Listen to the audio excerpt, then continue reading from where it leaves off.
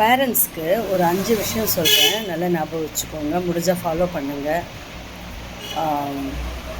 எழுதி வச்சு ஃபாலோ பண்ணுங்கள்.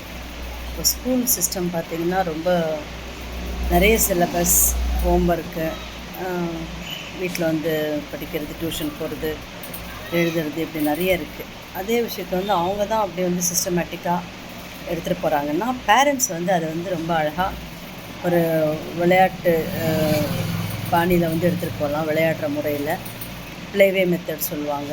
அது அந்த ஹோம்ஒர்க்கே ஃபன்னாக, ஜாலியாக, சந்தோஷமாக, ஒரு சுமையாக நினைக்காம பசங்க இருக்க மாதிரி நீங்கள் வந்து அதை கொண்டு போகலாம். ரெண்டாவது பார்த்திங்கன்னா பாசிட்டிவ் டாக். அவங்க பிஹேவியர், படிப்பு ரெண்டுத்துலேயுமே உங்களோட பாசிட்டிவ் டாக் வந்து ரொம்ப முக்கியம். நீங்கள் எப்படி சொல்கிறீங்கன்னா, நீ ரொம்ப நல்ல பையன், நீ சொல்கிற பேச்சு கேட்ப, நீ அம்மாவுக்கு ஹெல்ப்ஃபுல்லாக இருப்ப, நீ நல்லா எழுதிடுவ, நான் சொல்லணுன்னு அவசியம் இல்லை, நீ பொறுப்பானவன், குட் பாய், உனக்கு இதெல்லாம் பண்ண ரிவார்டு கிடைக்கணும், உனக்கு தெரியும், சண்டே நிறைய விளையாட விடுவேன். இந்த மாதிரி உங்களுக்கு என்னெல்லாம் தோணுதோ அந்த மாதிரி விஷயங்களை வந்து நீங்கள் அவங்களுக்கு மோட்டிவேட் பண்ணிக்கிட்டே இருக்கலாம். மூணாவது நான் சொல்கிறது வந்து நோ அப்படி சொல்லுன்னு பார்த்தீங்கன்னா, நோ கம்பேரிசன். கண்டிப்பாக கம்பேர் பண்ணாதீங்க. அது ரொம்ப ரொம்ப தவறான ஒரு விஷயம். அந்த குழந்தையோட நல்லா படிக்கிறான், இந்த பொண்ணு படிக்கிறா பாரு, அந்த ரிலேட்டிவில் நல்லா மார்க் எடுக்கிறாங்க, நீயும் அந்த மாதிரி எடுக்கணும், அவங்க அங்கே சீட் வாங்குகிறாங்க, நாளைக்கு +2 முடிச்சுட்டு நீ அங்கே தான் சீட் வாங்கணும். இந்த மாதிரி விஷயங்கள்லாம் கண்டிப்பாக செய்யாதீங்க. கம்பேர் பண்ணி பேசவே பேசாதீங்க, சரிங்களா? அப்படி வந்து கம்பேர் பண்ணும்போது பசங்க வந்து கண்டிப்பாக லோவாக ஃபீல் பண்ணுவாங்க.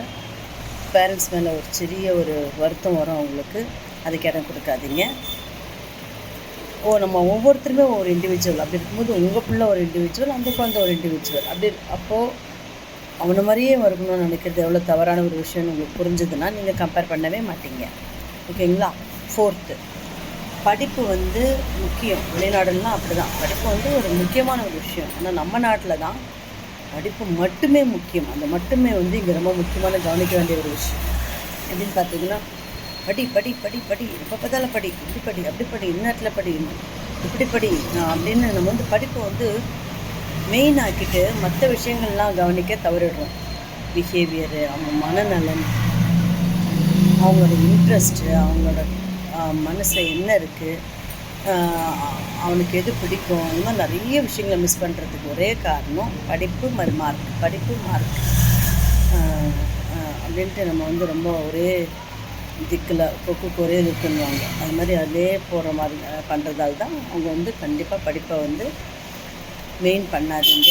படிப்பு முக்கியம்தான், ஆனால் அதுவே மெயின், மீதியெல்லாம் நான் கண்டுக்க மாட்டேன், அதெல்லாம் நான் லேக்காக விடுவேன், குறைபாடோடு விடுவேன்றது ரொம்ப தவறான ஒரு விஷயம். அடுத்தது பார்த்திங்கன்னா, அவங்களுக்கு எதில் விருப்பம் இருக்குதுன்னு கண்டுபிடிக்கிறது பேரண்ட்ஸோட முக்கியமான வேலை. ஒரு குழந்தை ரொம்ப அழகாக வரையும், ஒரு குழந்தை அழகான ஒரு கை வேலை செய்யும், ஒரு குழந்தை வந்து கிராஃப்ட் ஒர்க்கு சொல்லுவாங்க இல்லை, அது செய்யும், சமையல் ரொம்ப பிடிக்கும்.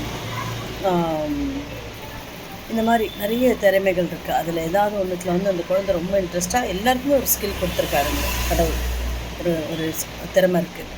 அதில் இப்போவே நீங்கள் ஃபைண்ட் அவுட் பண்ணி ஒரு 5 வயசு, 3 வயசு, 5 வயசு, அந்த வயசில் கூட கண்டிப்பாக கண்டுபிடிக்கலாம் அந்த பாப்பாவுக்கு என்ன பிடிக்குதுன்னு. அதை கண்டுபிடிச்சி அதில் ஊக்குவிக்கும்போது விளையாட்டு, இந்த மாதிரி கராத்தேவோ இல்லை விளையாட்டோ, மியூசிக்கோ, பாட்டு, நடனம், இன்னும் நிறைய சொல்லிட்டே போகலாம். எதில் இன்ட்ரெஸ்ட் இருக்குன்னு பார்த்து ஃபஸ்ட்டு பேரண்ட்ஸ் அதை வந்து, இது நல்லா பண்ணுறியே, இதுவும் ஒன்று நான் சைமல்டேனியஸாக சேர்த்து விடுறேன். சைமல்டேனியஸாக படிப்பு கூடவே சேர்ந்து இதையும் கற்றுக்கோ அப்படி சொல்லும்போது அந்த குழந்தைக்கு ரொம்ப சந்தோஷமாகிடும். படிப்பை வெறுக்க வாய்ப்பே இல்லை. உங்களையும் வெறுக்க மாட்டாங்க, படிப்பையும் வெறுக்க மாட்டாங்க, ஸ்கூல்லையும் வெறுக்க மாட்டாங்க, ரொம்ப சந்தோஷமாக இருப்பாங்க, ஓகேங்களா? So I repeat, play way method சொல்லுவோம். அந்த விளையாட்டு வழி கல்வி, அதை வந்து பேரண்ட்ஸ் வீட்டில் கண்டிப்பாக ஃபாலோ பண்ணணும். பலன் இருக்கும். பாசிட்டிவாக பேசுங்க, கம்பேர் பண்ணி பேசாதீங்க அடுத்த குழந்தைங்களோட. படிப்பும் முக்கியம், ஆனால் படிப்பு மட்டுமே முக்கியம் என்ற ஒரு எண்ணத்தை எடுத்துருங்க.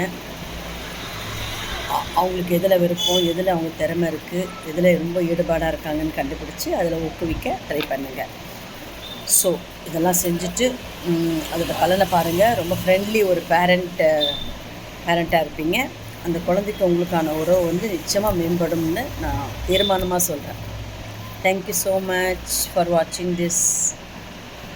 See you in next video. Okay.